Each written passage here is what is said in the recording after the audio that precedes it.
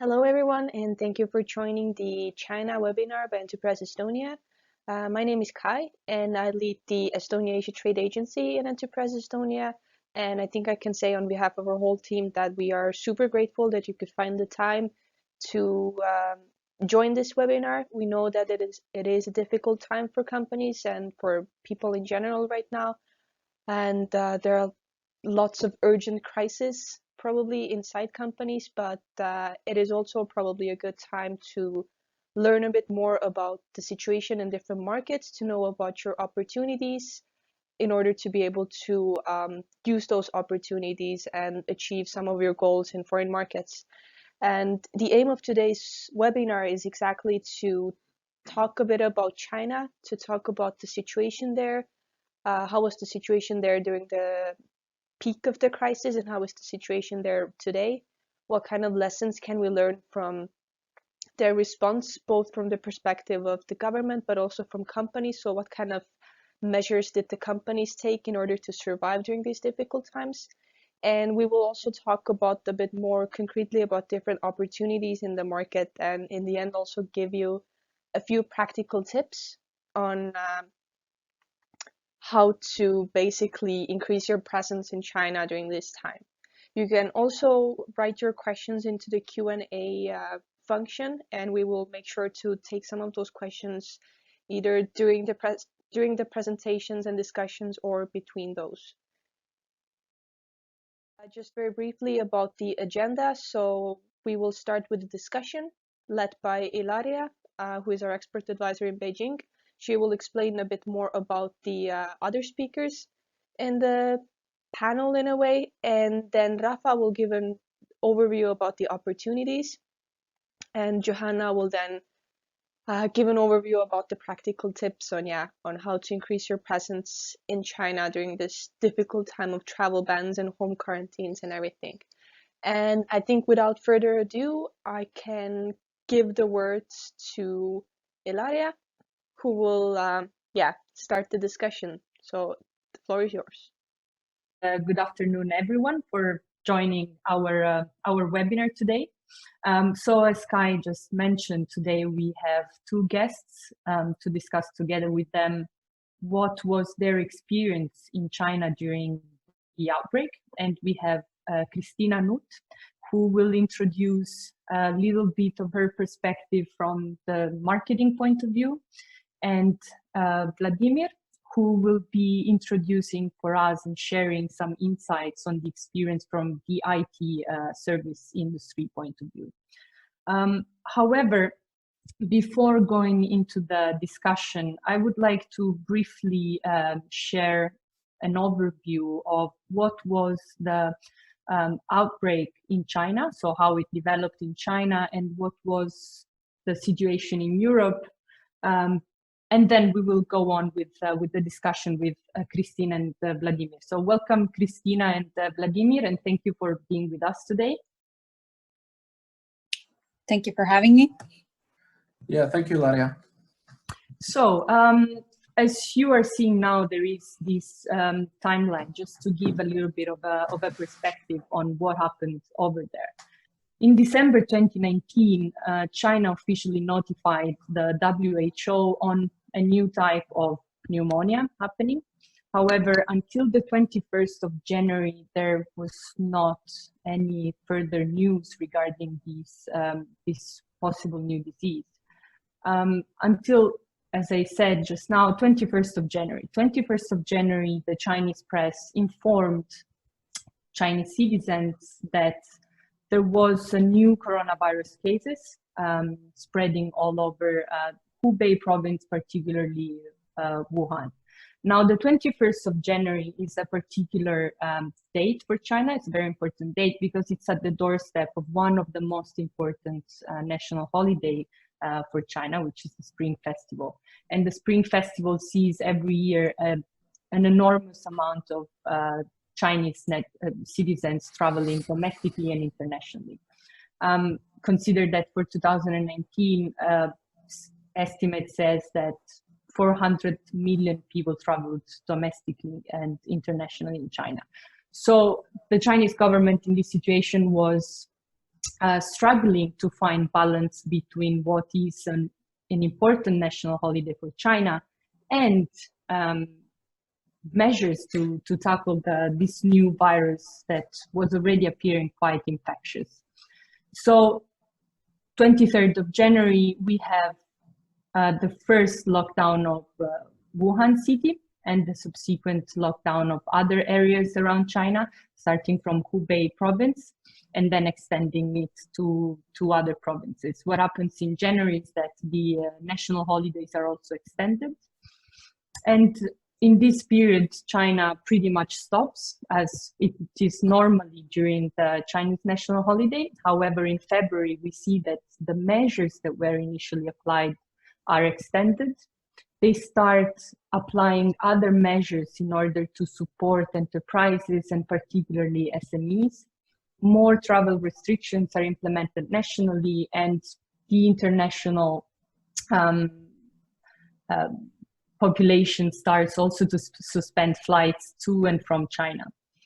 Now, this was quite a serious situation for China in February, but as of March and as the time went on and the measures were enforced, we could see that in March things started to improve and domestic travel is restored. This is particularly in the second half of March. The companies in China restart operation, both national companies and international companies in China. But at this right time, of course, the virus is starting to spread all over the world. And so China is a bit worried that there could be some returning cases. So in this sense, there are new measures being applied in order to contain the spread of the virus or the entry, the returning of such cases in China. Things start to go better, as I said, in March, but next week will be particularly important to see what is the situation, as in China there will be the first national holiday after the outbreak. In this period, traveling around China is still allowed, so no new measures have been applied to contain this. However, when returning to China, people must follow a mandatory quarantine. Also when returning to their cities of departure. But one of the most positive signs is that Beijing announced that school will be reopening as of the 13th of April. So we will need to see what will happen. And at the same time, in Europe, what was happening is that in January, we had end of January, we had the first few cases in Germany and Italy being announced. And as of February, the first lockdown happened in Europe, in Italy. And as of March, European Union member states are all under the same situation, under the same regime to fight the virus. And new measures are being implemented, of course, to support the companies in these difficult times. So doing a brief and a quick analysis on the situation on both sides, what we could see is that by looking at what happened in China and how the virus spread in China, in Europe, we had the quicker response because we started applying regulations that seemed to work in order to curb the situation, the virus infection, and to stop the spreading. And we are already starting to see a decrease in infection. We are now at the flattening of the curve. Of course, there needs to be a consistency in the policies that are being applied. And I guess that in this sense, we're doing pretty well in Europe as well. Now, by looking at the two situations, it emerges that there are some common things that are being done in order to tackle these. And as China started supporting the enterprises, because of course one of the main concerns is the economy and the enterprises, and the well-being of enterprises, China issued measures to reduce the tax burden to increase credit support, and to support SMEs as much as possible. Also, enterprises themselves, as we are all doing now, started to implement some internal measures to tackle the virus.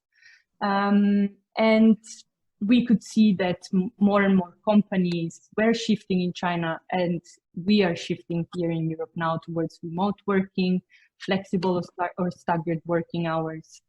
Now, these measures, of course, that you see listed here have disrupted a bit the daily and normal operations for companies. So I would like to briefly show to you what was the impact on the European businesses in operating in China during the time of the virus. What you're seeing on the screen now is the result of the businesses surveys that were conducted in China in February.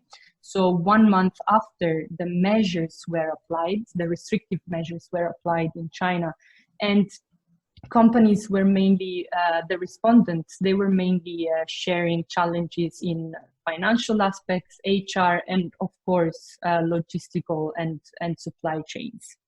Now, after 60 days, what we can see in China is that, again, as I mentioned briefly earlier, businesses have restarted their operations. It is true that they have not restarted at 100% capacity.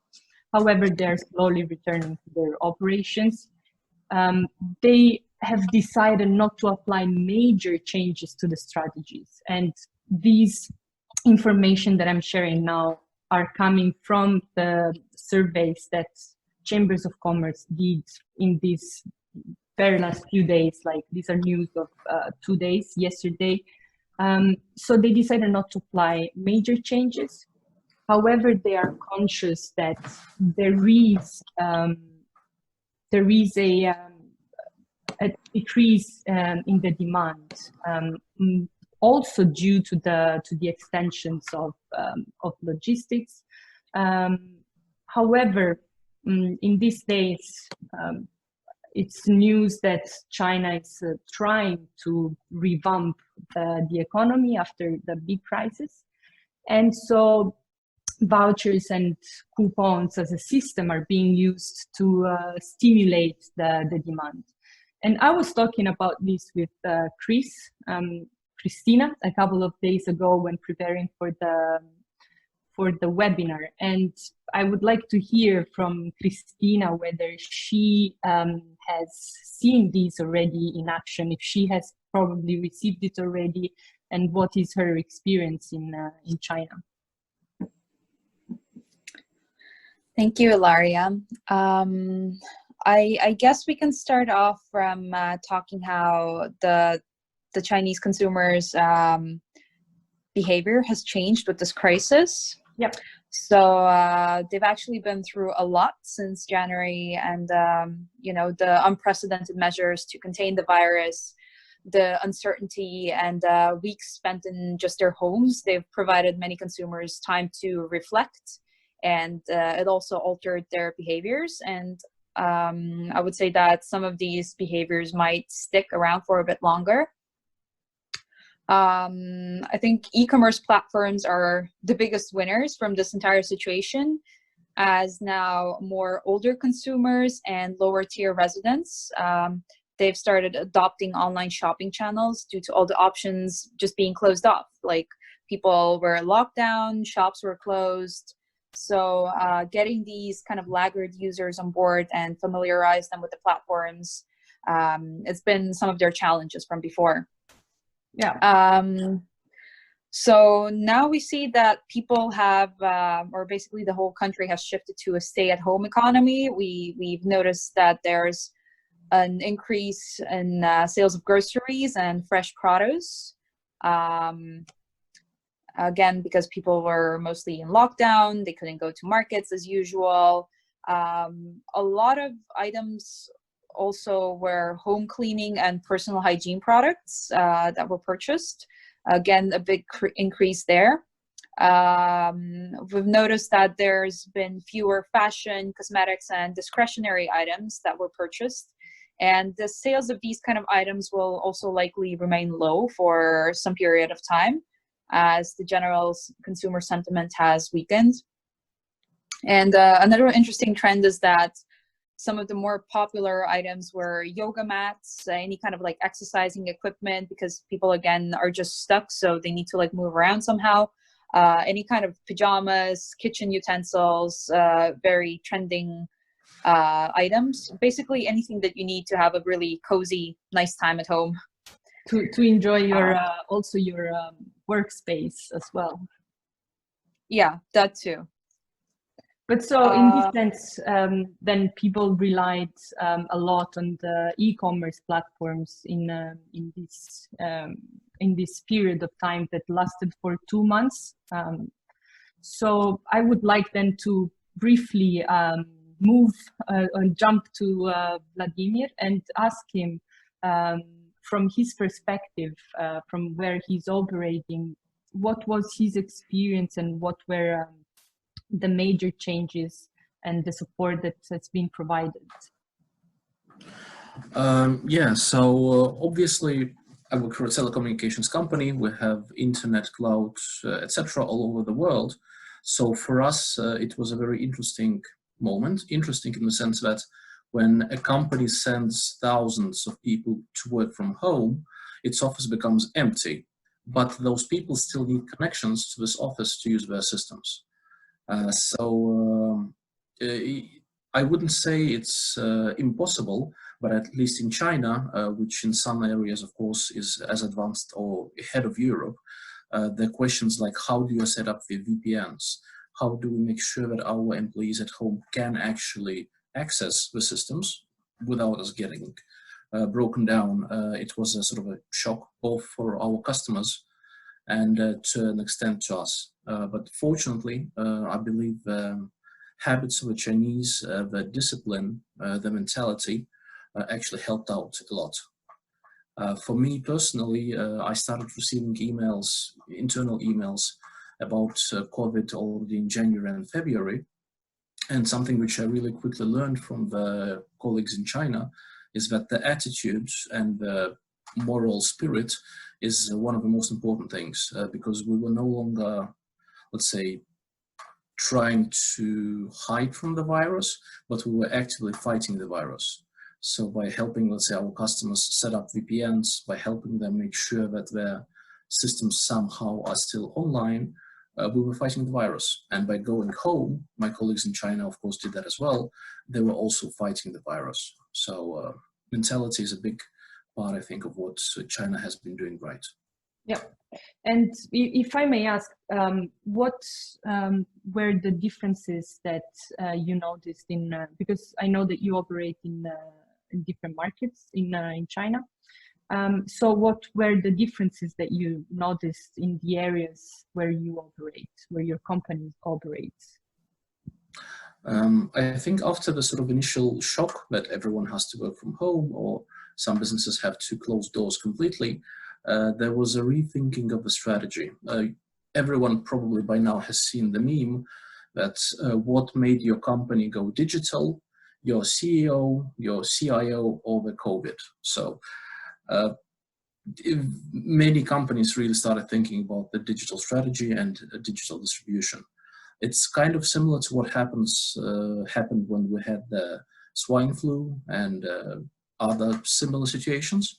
So companies who were ready with their digital strategy, who were ready to send information, send goods online, they were better off. And those who were not, they started really quickly asking for, how can we do it? Can we please get the connections, the servers, etc.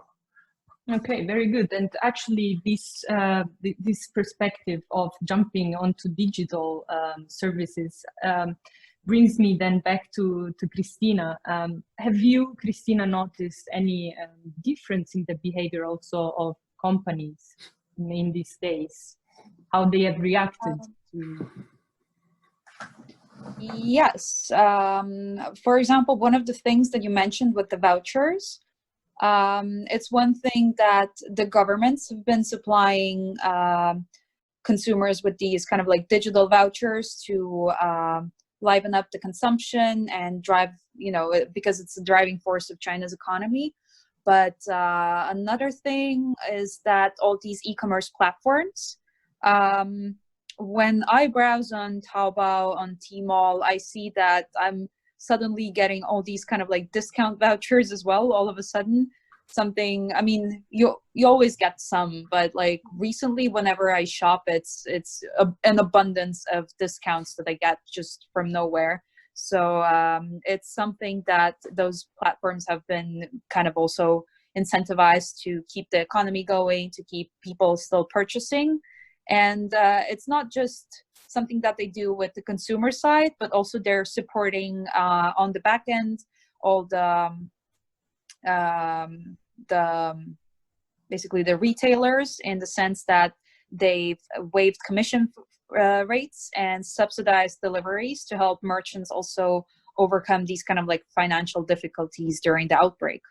Yeah, very interesting. And I think that then, I mean, given these new approaches of marketing a product, probably companies during the crisis itself, during the 2 months, also had to readapt in some ways the way that they were talking to their consumers, because maybe they didn't the drive to purchase something. But what if you have an example of what has been what changed during these 2 months?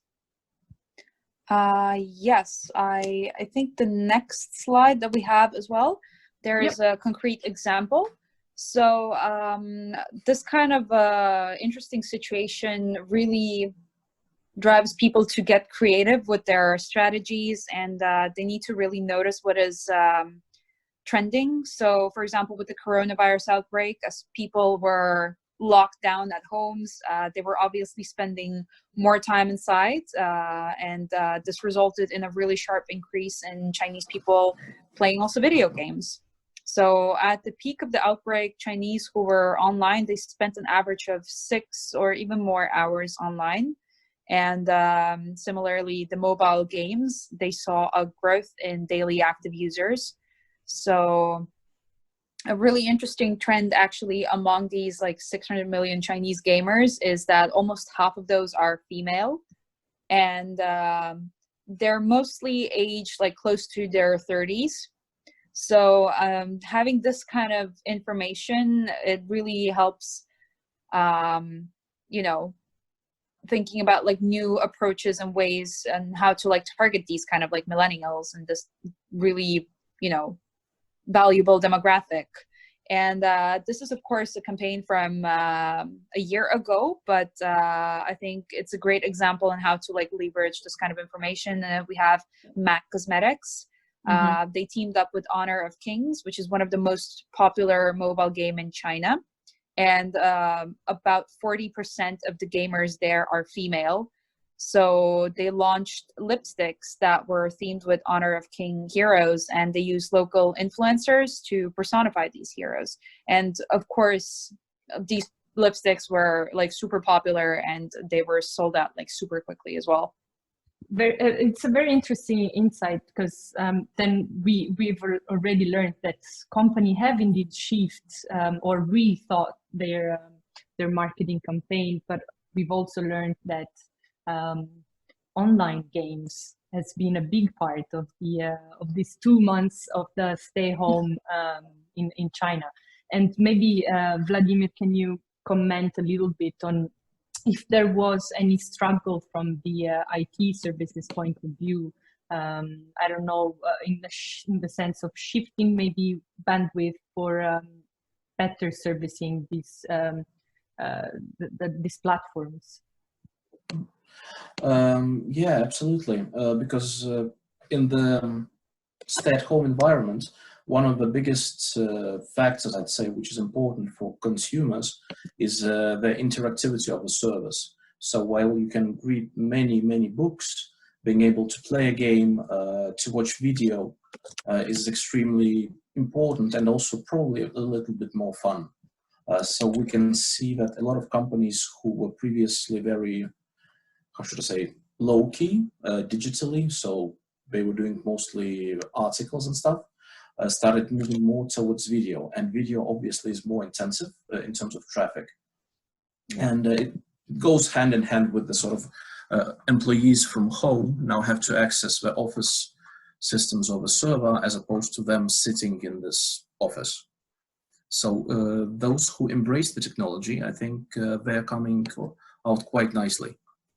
Yeah, and actually this was also one of the comments that we had with Christina in the past few days. That, as you say, Vladimir, there were companies that were not online on digital platforms, but they've decided to go online. And I know that Christina has some examples of these type of companies, so maybe you can tell us a bit more. We can move to the next slide. Yes. So traditionally we had, I mean, it's very common for all the brands to have a Tmall store or JD store, which are kind of like the official platforms, because e-commerce is kind of a really big thing in Asia and China. But then we had also brands that kind of like try to avoid going this path in order to kind of like remain exclusive. One of those was IKEA, which heavily relied on the whole like showroom experience and people actually coming over to their big stores, spending a lot of time there, not just like buying furniture, but like trying it out, buying any kind of like other things that they see or try out on the way. But obviously during the outbreak, their stores were closed. So they didn't have this incoming stream of visitors anymore. So for the first time in their long time presence in China and Asia, they actually partnered up with Tmall and opened a Tmall store, I think in the beginning of March. Again, it's really popular right now, so definitely a great strategic move. So right now they're still kind of like testing it out and seeing how it's going to work out, but it's likely something that will stay. And of course we have some kind of luxury brands as well, like Prada and Miu Miu. They were also not present on Tmall, whereas like any other brand was, Chanel and anything else that you can think of. But Prada as well, in March, they finally opened up their online store on Tmall. And Miu Miu, they partnered up with Tmall's Hatebox, which is kind of a luxury brand incubator. So they don't necessarily have an official store, but they're partnering up with Tmall and finally also having their items officially on sale online. Okay, very good. But I also know that aside from these companies, you mentioned that major events were shifted online, and maybe also Vladimir noticed some change from his perspective on these. So probably it's the next one. Maybe you want to comment first, Christina, on how Shanghai Fashion Week. Yeah, Shanghai Fashion Week. Sorry. No, go ahead. Yeah, it's again one of the hottest events in Shanghai and all of China and the whole like fashion circle. But during the outbreak, obviously these kind of like big masses, they're not allowed to like gather. So still, Shanghai Fashion Week did not want to cancel the event, so they took it all online. They again partnered up with Tmall.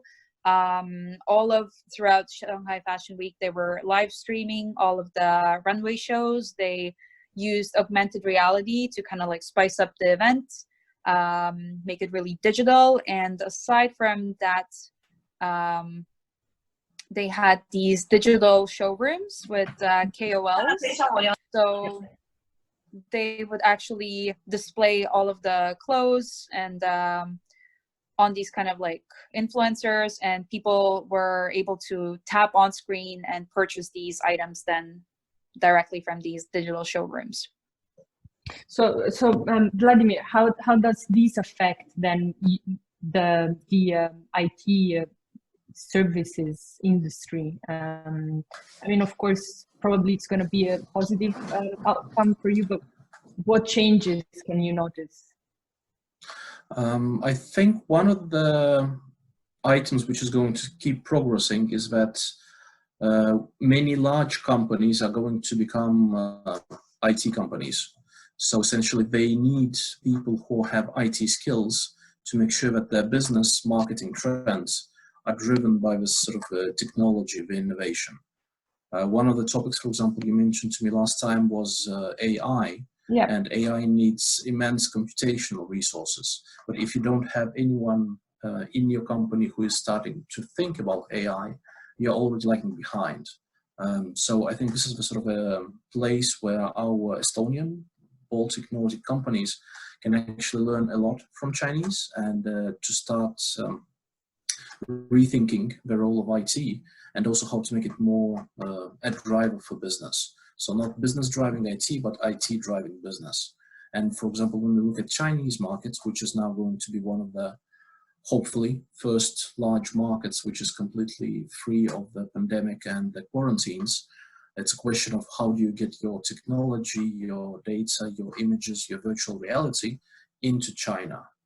And if everyone sort of says, no, we're not going to be doing it now, well, we're at home.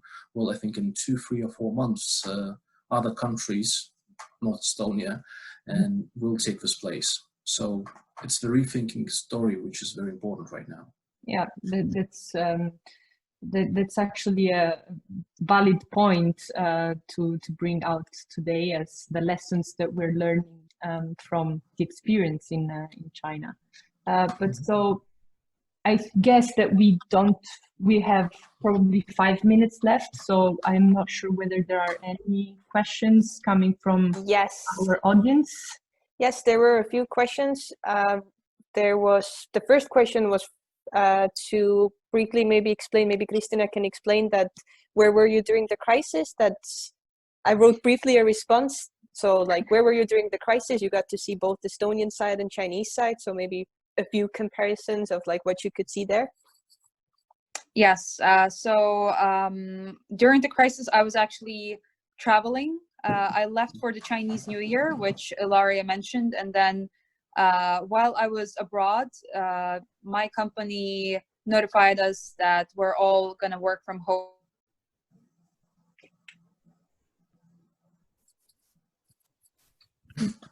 Okay, Kristina disappeared. I think we have, yeah. This is why quality of internet matters. Yeah, maybe you. Well, she's in China right now, so at the moment, so we have a few technical barriers probably. But maybe I can then meanwhile bring out the other question that is right now also in the Q&A. Yes. It's regarding the real estate prices. So perhaps Ilaria, or maybe you can comment briefly that the question is that how did the crisis affect the real estate prices in bigger cities? Well, what I could notice right after the outbreak happened and the new measures being implemented is that it went pretty frozen at the beginning. However, there were not major changes because, of course, people needed to stay home. So in that sense, there were not major changes. One thing that definitely was affected and was actually one of the measures of the government was that for all the offices, there was a decrease in the prices of the loans were lowered, and the government was supporting companies in need during this time with some subsidies. But I would not have further information on this.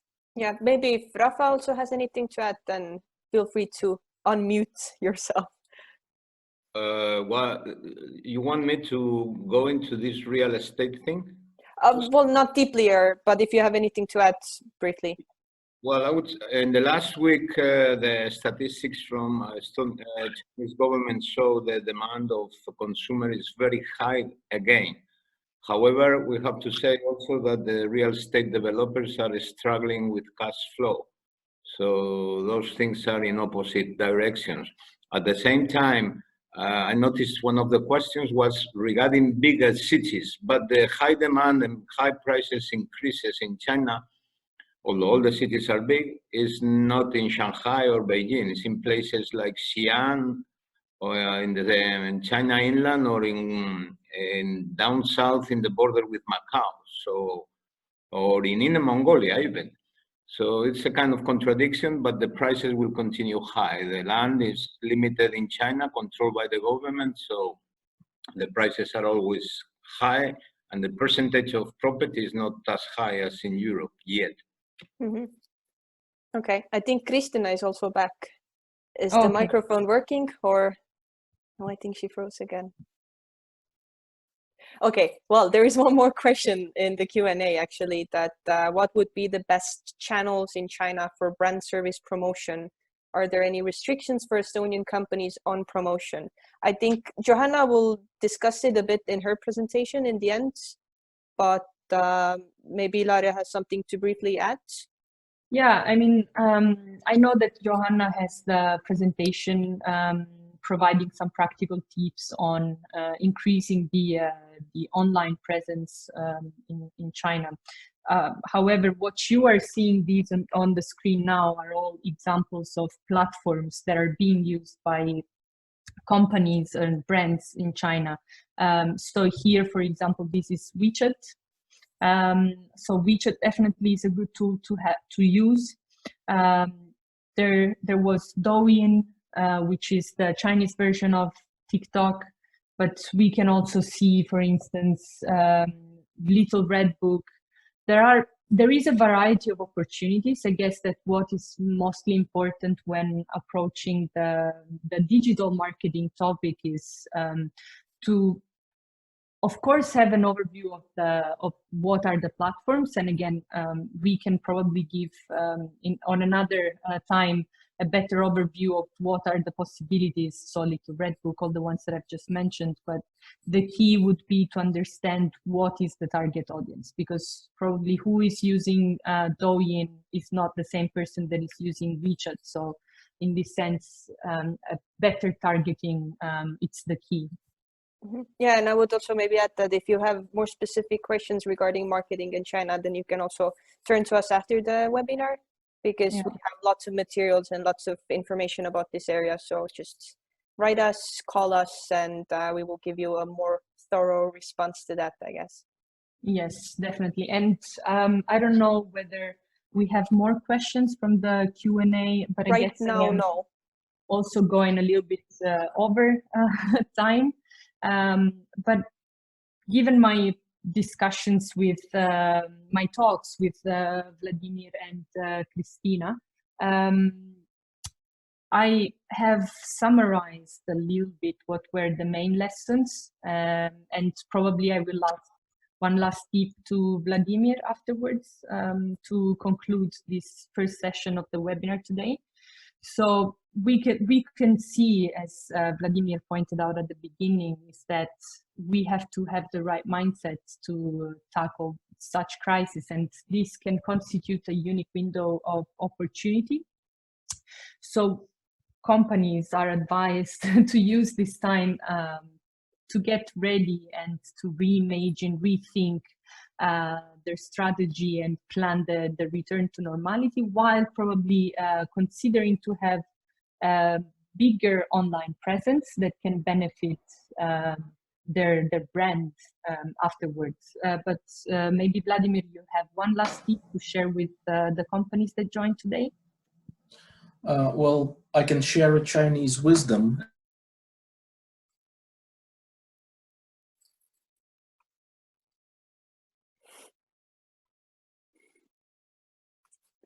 Again, a small technical error, it seems.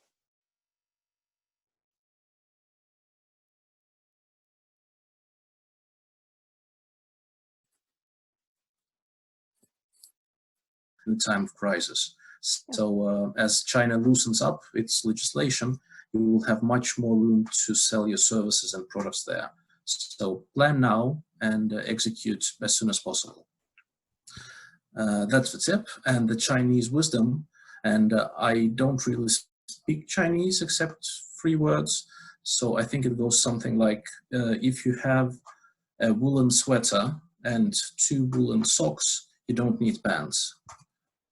All right. That's for web conferences, yeah. Well, thank you very much, Vladimir, and thank you, Christina, that I know that she can hear us, but unfortunately she cannot really speak with us at the moment. I would like to thank you all for the attention for this first part. If you have any further questions, as Kai said, feel free to share it with us, and I will immediately stop sharing my screen to hand it over to Rafa, that will give us more insights. Thank you again.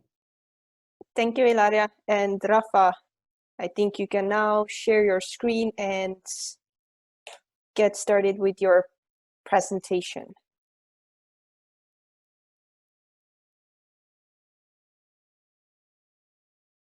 Okay, I'm back. Thank you. First of all, giving you thanks for attending this seminar. I will try to go to this disaster. So thinking about how can we plan, if we have learned any lesson, and also what are the opportunities, because already mentioned by some of the speakers, there are opportunities that we should prepare, okay? I don't know if you can see my screen. You can? Rafa, we can see your screen, but you can maybe turn on the video from the below. All right. Oh yeah, you're right. Thank you. Okay, so we're going to talk about the situation today, 2nd of April, and the analysis we have done.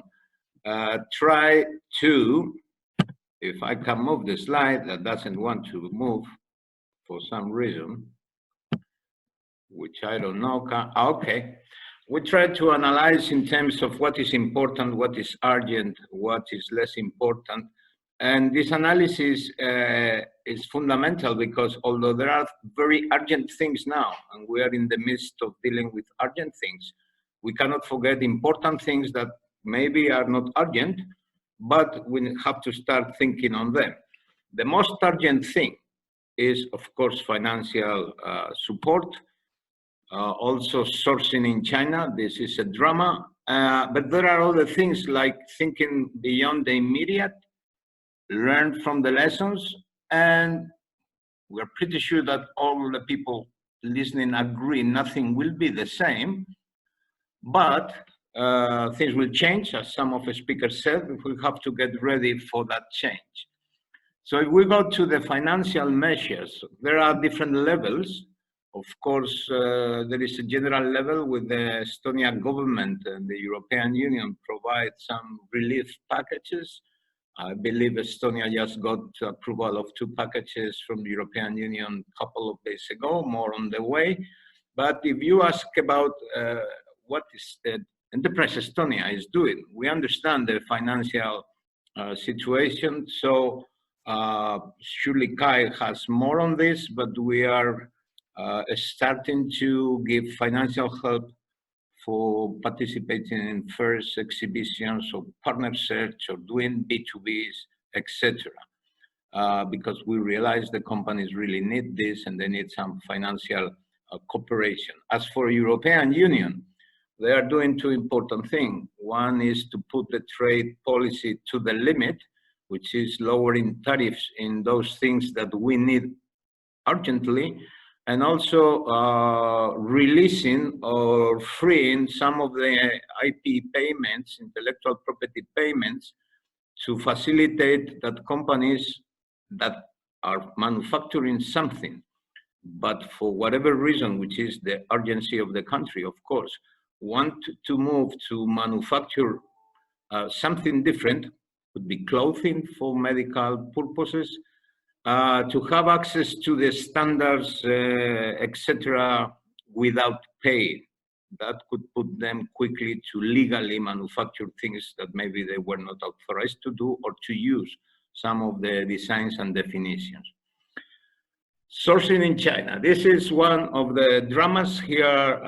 Enterprise Estonia has cooperated, although the main part then has been done by the government and the Ministry of Foreign Affairs and the embassy people in China.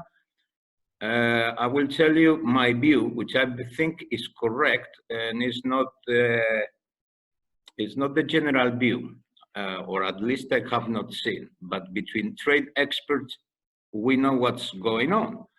But I cannot see between not so experts in trade. There are experts in many areas, but trade specifics allow me to say what I'm going to see now. You see that I put in red sellers' power. What I mean by this, people is worried about how can I make, I'm sure that this supplier is financially safe. How can I make sure that they will pay me? All these type of questions. We can respond, and we do respond in normal times. Take time, but we respond because we can find information. So when there is urgent request, it's not so easy. But still, this is what confuses people. This is not the problem. The problem is that we are in a seller's power situation which didn't exist in China since, at least that I remember, 2008. In this situation, you might want to find out which is the financial status of a company. You may want to tell the company that you are ready to make a purchase, but you want to discuss the payment conditions or whatever. But let me tell you the reality. The reality until yesterday is those suppliers had in line waiting for make a purchase hundreds of companies all over the world. So they don't care about your conditions.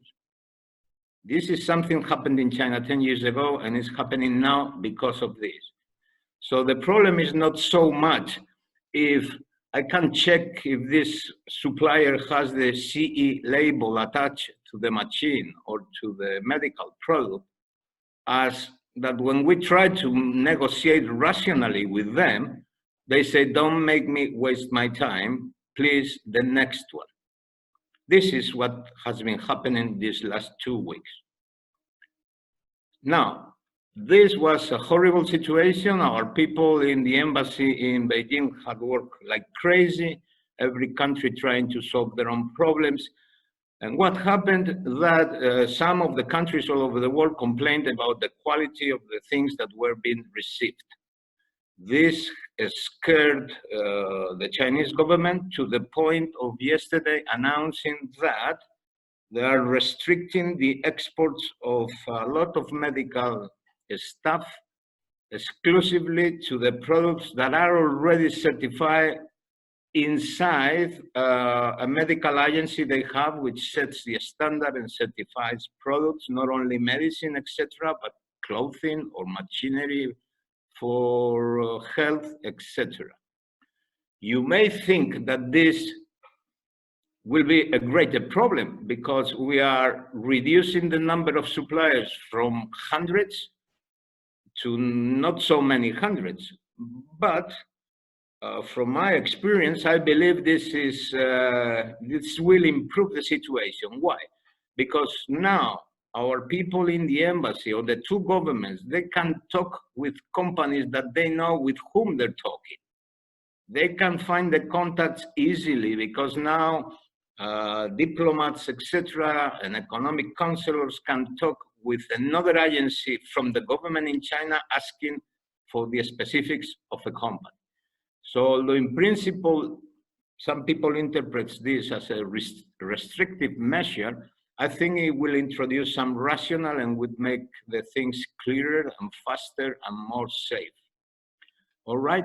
So I think it's relatively good news, if there is any good news in this drama. As for Enterprise Estonia, well, to deal with this, we have a hotline. In the last slide, you will see the phone number. We respond to questions. Usually Enterprise Estonia and the Asia team responds to questions of export. I mean, we do inquiries of a company, we do background checks, we provide contacts, we tell you the regulatory environment, but this is not normal times. So if you call the hotline, whatever question you ask us about China, if it's for imports, We will try to solve and help you, trust me. All right. So as for European Union, as I said before, they have made the standards for medical clothing and some other products freely available, and they are trying to reduce all the tariffs, so the financial burden is as small as possible. Also to facilitate the exports from China. We have to think not only about the urgent things, we have to think about the future. Maybe it's not so urgent, but I encourage you to start thinking with us. And I've been reflecting about this long time or long hours during the last few days. Because people ask what are the lessons learned, and we at Enterprise Estonia, or at least me, I have learned a few lessons. For instance, I have learned that we need studies about what is the impact of products coming from abroad in our supply chain. This is a technology nation, it's full of talent, and I think it's not difficult that we could have in almost real time models telling us if this does not come in time, what is the impact in the intermediate industries here in Estonia. Why? Because maybe I make a nice liquid, which is very useful for something. Estonia produces the bottle, but we do not have the cup. So we need to know all these things. We need to have most fast frequency statistics. It's cool to have every quarter the statistics of imports and exports for filing and taking a look. But we live in a globalized world, and we need to know every single item, how it's moving back and forth, and have statistics. This type of things that you see on the right side of the screen worry me, and I'm committed to make them available for all the companies in Estonia throughout this year, because it cannot be that we were shocked suddenly because something happened elsewhere we didn't know or we thought it was not important. It is, and that would allow to have, with the technology that we enjoy today in Estonia, contingency plans to switch quickly and to manage the supply chain. But apart from learning from the lessons, we need to think more than just tomorrow. From our point of view, what we have done already is, Kai, I believe, has much more details, and they are just published today, I believe, into the webpage. We will facilitate for the companies the funding or financials to find importers in many markets, but also in China. So this financial burden will be supported because we recognize the companies need, it's difficult to find partners in China, need some financial support to pay experts that can do that in each of countries. We are fully committed this year to do more B2Bs, concentrating business, which is looking for more importers. We have discussed internally, and we realized that doing cross-border with China cannot be a small-scale experiment, has to be a big-scale reality. And we are considering to go full in with this. The second export program will start again, I believe Johanna is in charge of this, August or September. We are managing a potential idea of, which can be real very quickly, of having a showroom in China. Someone mentioned before, trading services is fundamental for several reasons, because it's the next big thing, because Estonia is not a big country in terms of millions of people. However, it's a big country in terms of talent. And with talent, you can trade services all the time.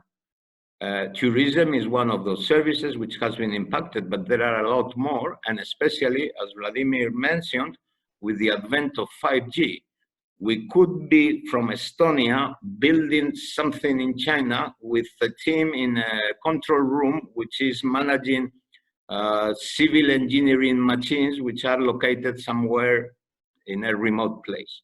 This is what the 5G will bring, other than downloading at fantastic speed videos that nobody wants to watch. I think there are more useful things, and Estonia can surely take part of that. We are providing more training and updated stats, or at least with much more frequency. And this discussed already internally. We cannot talk about platforms like Alibaba or Jintong or TikTok. There are hundreds. So discussing with Hilaria, which is our person in Beijing, we believe that one action immediate this year is not to introduce to Estonian companies 2 platforms or 3, but 30, 40, 50, because there are, and very specialized. There is one for medicine, one for healthy things. There are all sorts of platforms, and all of them are looking for novelties abroad. And also, I've been thinking we have to implement them quickly, and we have started already on verticals. By verticals, I mean programs for China for a specific industry, but not in horizontal, saying smart cities, more verticalized. One example is creative industries, where we think with a team of creative industries in Estonia, which is a different team, we believe we can pick up what they're doing and give a twist for Asia, and for China, give another twist specific for China. And this, we believe, could be very successful, and we are trying to set up quite aggressive goals, and that's another idea that we have and already running, because we have drafted at least the first draft of what we want to do in China. Finally, this looks like not urgent, not important, but things that are not urgent now can be urgent in the future, because we thought were not important. So we believe, some of the speakers before said, that nothing will be the same. I have a son in the military. He's an air fighter pilot, and when I tell him nothing will be the same, he responds, yes, we will be better. So this will happen if we get ready for change, and certainly some things are changing in China and will change forever. I've been outlining some of them. I consider that the luxury segment will have a slowdown, because the word now is safe and health. This will impact on the lifestyle and will have a deep change in the behavior of the Chinese consumer. Anything remote, anything that is offline and can be moved online will do.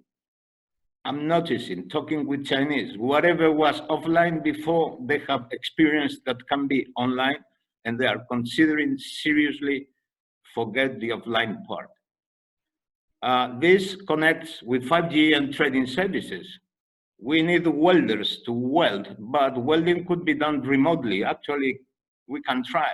So Estonia is a nation experienced in welding, and in building software for welding that can mimic, and then some robot remote somewhere is actually doing the welding. I mention again the verticals, because it's an opportunity. You think now spas, we can package something for the tourism board, and now with this crisis, which is health crisis, then packaging tourism under the view of healthy life.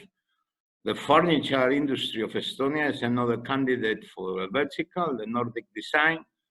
And in healthcare emerge opportunities for software companies in Estonia if the solution is very focused. So we need to dig to find what is the focused solution. And healthcare early detection and emergency, which actually we have a startup in Estonia doing things for emergency procedures. I'm sure we will find room for making money in China for the Estonia company.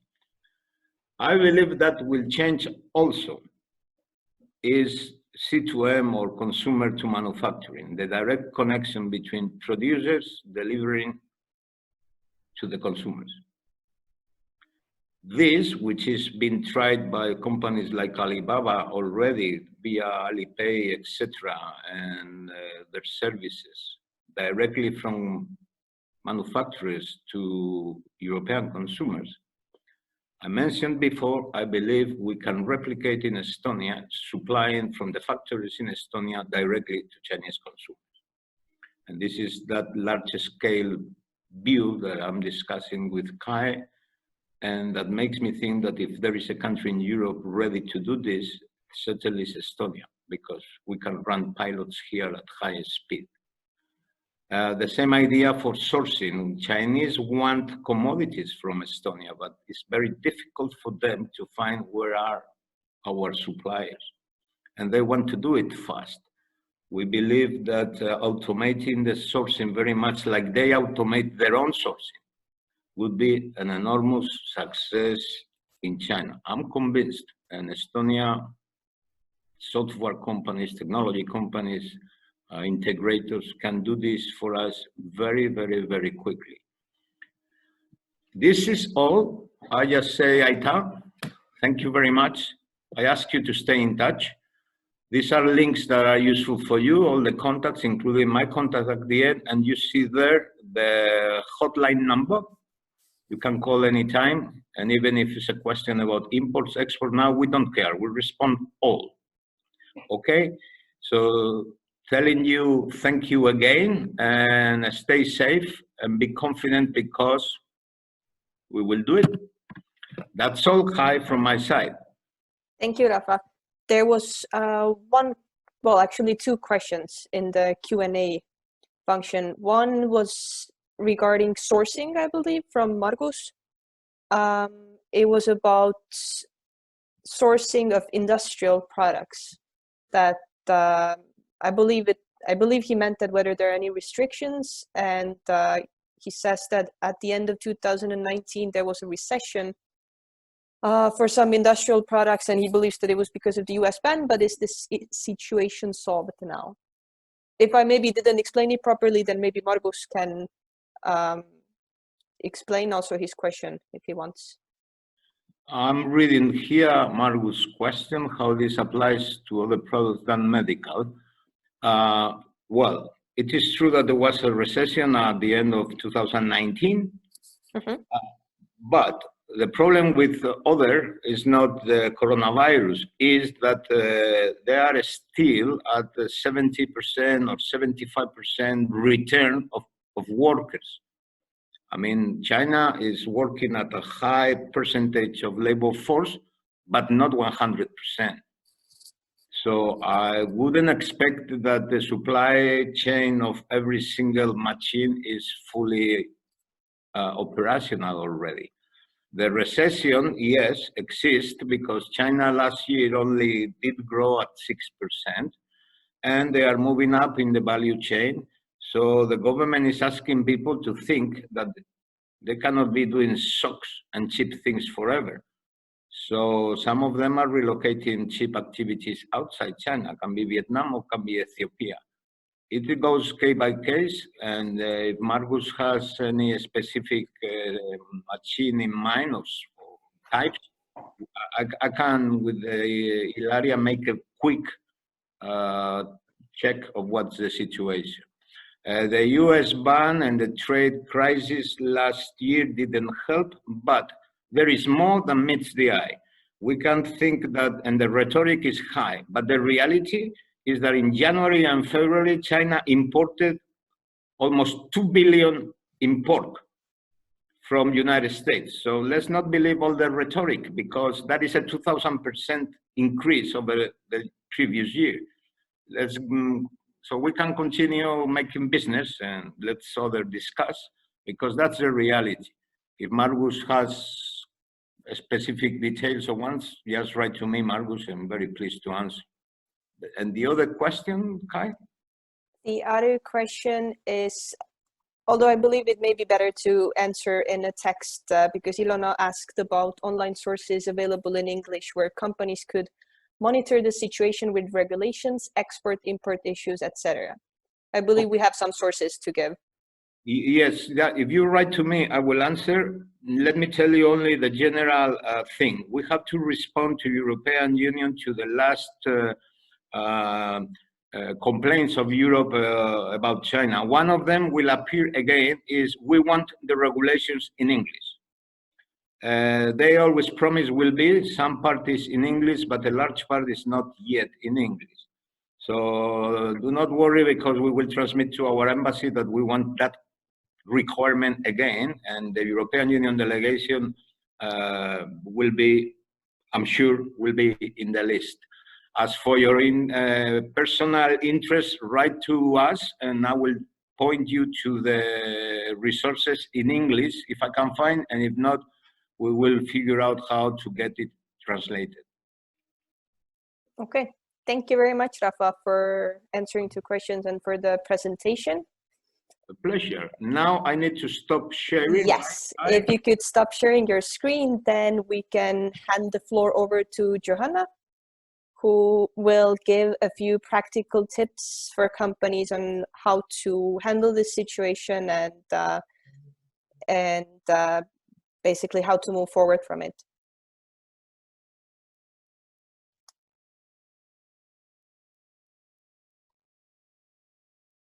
Oh, sorry, Johanna, I think. Can you hear me now? Yes, we can hear you now. Okay. You can also start the video, maybe. Can you also see me now? Now, yes. Okay, good. So, hello everyone. Thank you everyone, all Rafa, Ilaria, Christian, Vladimir for great presentations. For my presentation, I will be going over a bit what already has been said, but also adding some extra tips for you to either start thinking about your presence in China or increasing your presence in China. So actually, currently, I'm trying to change the slides.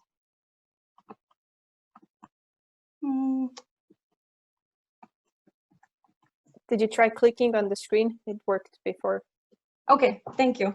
Yes, so for us right now, what we can do is actually we can observe what are the brands have done in the Chinese market, because right now we have to use the time we have in our hands wisely. It's not a holiday period, either when it sometimes feels like it is. But what have we conducted so far? What other brands in China have done is they don't focus on pushing on sales. So they rather emphasize with the current situation, they try to understand what are their customers doing, what their customers can do at the moment, and therefore they're trying to build their own brand around their customer needs very much. So yeah, and also they emphasize a lot about staying healthy and safe, and as it is the most important thing for us all. We also got some questions about the platforms that we can use in China. So today I'm going to focus on WeChat. However, as Rafa mentioned before, there are thousands of other platforms which might be more suitable for your product, but WeChat or service, but WeChat is great in terms that it's the most used social platform in China. They have 1.1 billion monthly active users only.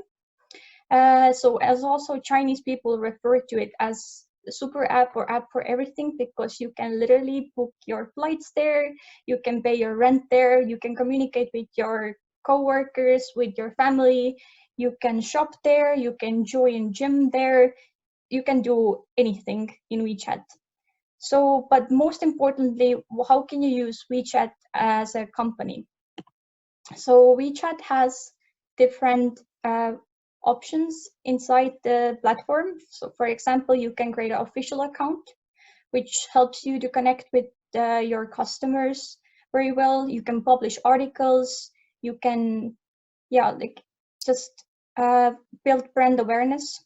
And after you have an official account, you can open a WeChat store. There's that kind of option where you can start selling your products. So each WeChat store serves as an e-commerce platform kind of. And addition to that, there's also now, it's quite new, is mini programs. Mini programs are quite similar to WeChat stores. However, they are more like app built inside the WeChat. So they serve different purposes. There are different functions, and a lot more companies have turned to use WeChat mini programs at the moment. So that's also something I emphasize you to look into or to ask us. We are always happy to help you. And addition to that, you can use WeChat as a marketing tool because it helps to do either kind of giveaways or build different kinds of marketing branding strategies and get your customers to contact you there. And the newest WeChat function is live streaming, as Ilaria showed before, how people were trying on clothes. It was live streaming and you can just click and purchase. And it also gives companies great value to connect with your customers in a live method, meaning that you can communicate with them in a real time. So that's a great value for the company. But let's move on and actually see what companies have done operating in the Chinese market on WeChat. French Dragon, it's a handmade ceramics brand, and they opened their WeChat account actually in Q4 2019. So they're relatively new to the Chinese for the WeChat. But however, the virus came and everything was kind of put in a very tangible situation. However, they still maintained opportunity to grow and build their brand awareness during those times. So they did not push the sales. They rather gave useful tips and tricks, and they did not focus on negative aspects. They gave their potential new customers a way to kind of escape the everyday life, to learn about their products more, and therefore they were able to create this really organic growth of potential long-term customers for themselves. And another example is a company that I'm sure most of you have heard of or used or know. It's Airbnb.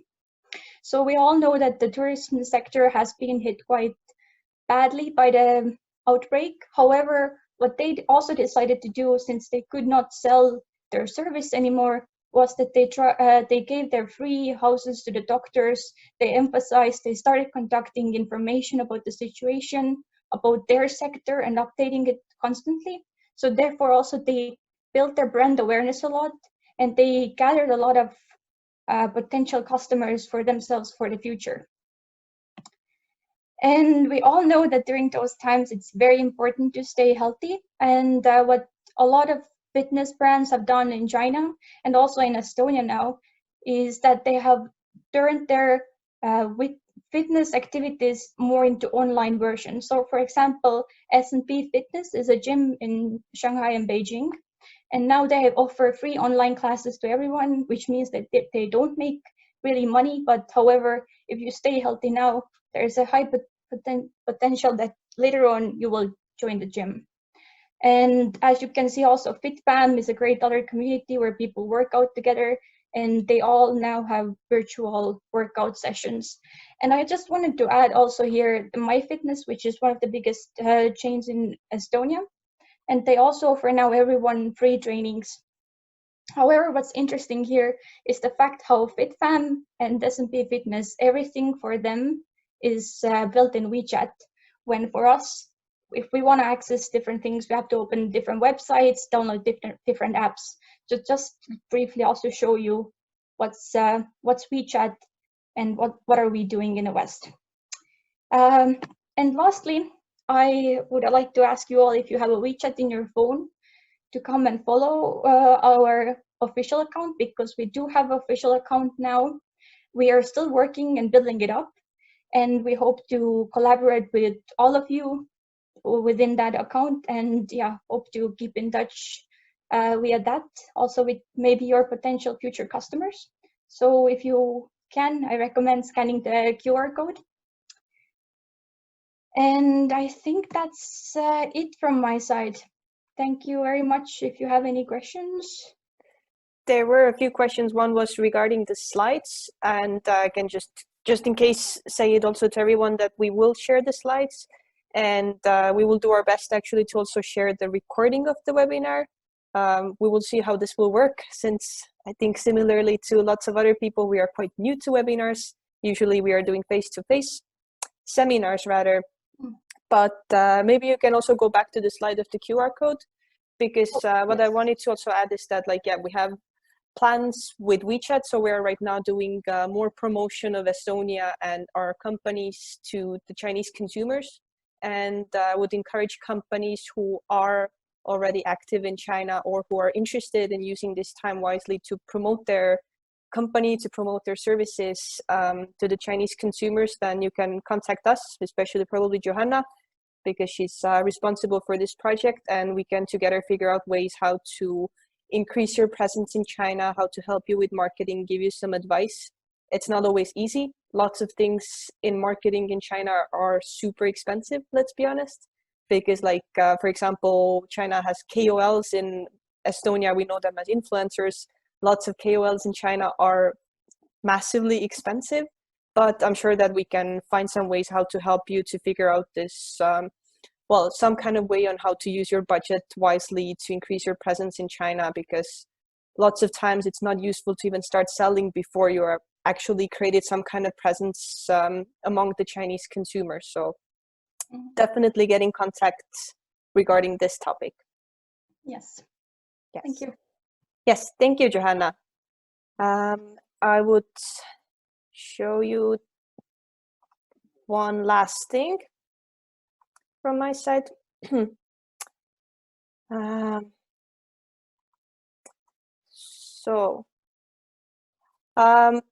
Well, firstly, actually, I just wanted to recap a bit that I hope that you got some practical tips, because yeah, I think that Chinese companies have been in this situation before than we were there. So I would encourage you to learn from their experience. Also, I know that, well, I've personally seen that Estonian companies have turned to e-stores a lot, and they're doing more marketing perhaps than before. But I think Chinese market is a very interesting market, especially from also the marketing perspective. So do more of that and use this time wisely to start planning for the Chinese market. I know that there are definitely some more pressing problems for companies right now, but use this time to come to us and talk to us. And if you have any urgent problems, mostly with experts, but as Rafa said, that right now during this time when companies are struggling also perhaps with their partners in China who they're sourcing products from, then you can also turn to us with these kinds of questions, and we will do our best to help you as fast as possible, as efficiently as possible. And we're always here to help. And I wanted to show very briefly that what is coming up also from our side is that next week we will have a similar webinar for the Indian market. So it's a very interesting case right now, because both of our experts for India are actually in New Delhi right now. So they are in the middle of all of this. So as you know, India was actually doing quite well just a few weeks ago, but right now things have gone downhill kind of. So they are in full lockdown. And our experts from India will then explain the situation in India and explain what are the opportunities for businesses over there. And we will hopefully continue with similar seminars for Singapore, Southeast Asia, and then Japan. This information is not on the website yet, and the dates will be confirmed. But if you're interested, then I would recommend keeping yourself updated on our Facebook site or on our LinkedIn page, and we have all the updated information up over there. And just to show you the contacts, so this is basically our team. So right now I would, whenever you have a question, either turn to me or turn to anyone from the team, and we are all here to help you through any kind of issues that you may have or any kind of questions you may have. So definitely get in contact with us. And also one more thing that Rafa mentioned, some of the measures taken by Enterprise Estonia as a whole. So I checked just now, the information is actually up on the Enterprise Estonia's website, so eas.ee, and there is some information about some measures that Enterprise Estonia has taken to help companies. So yeah, to encourage them to get more partners in the export markets. There are certain measures taken with trade fairs, etc. And there are 2 trade fairs coming up for China. So if you're going to any of the trade fairs in China, then I recommend you also getting in touch with Rafa and Ilaria. They can definitely help you to be more prepared and to use this time wisely and arrive to China in autumn and achieve your goals basically. So yeah, I think that is all from our side. Some information about our websites, our Facebook, our LinkedIn, and I'm very glad that you all got to join. If you have any other questions afterwards, definitely write us, call us. We're here to help. Thank you very much.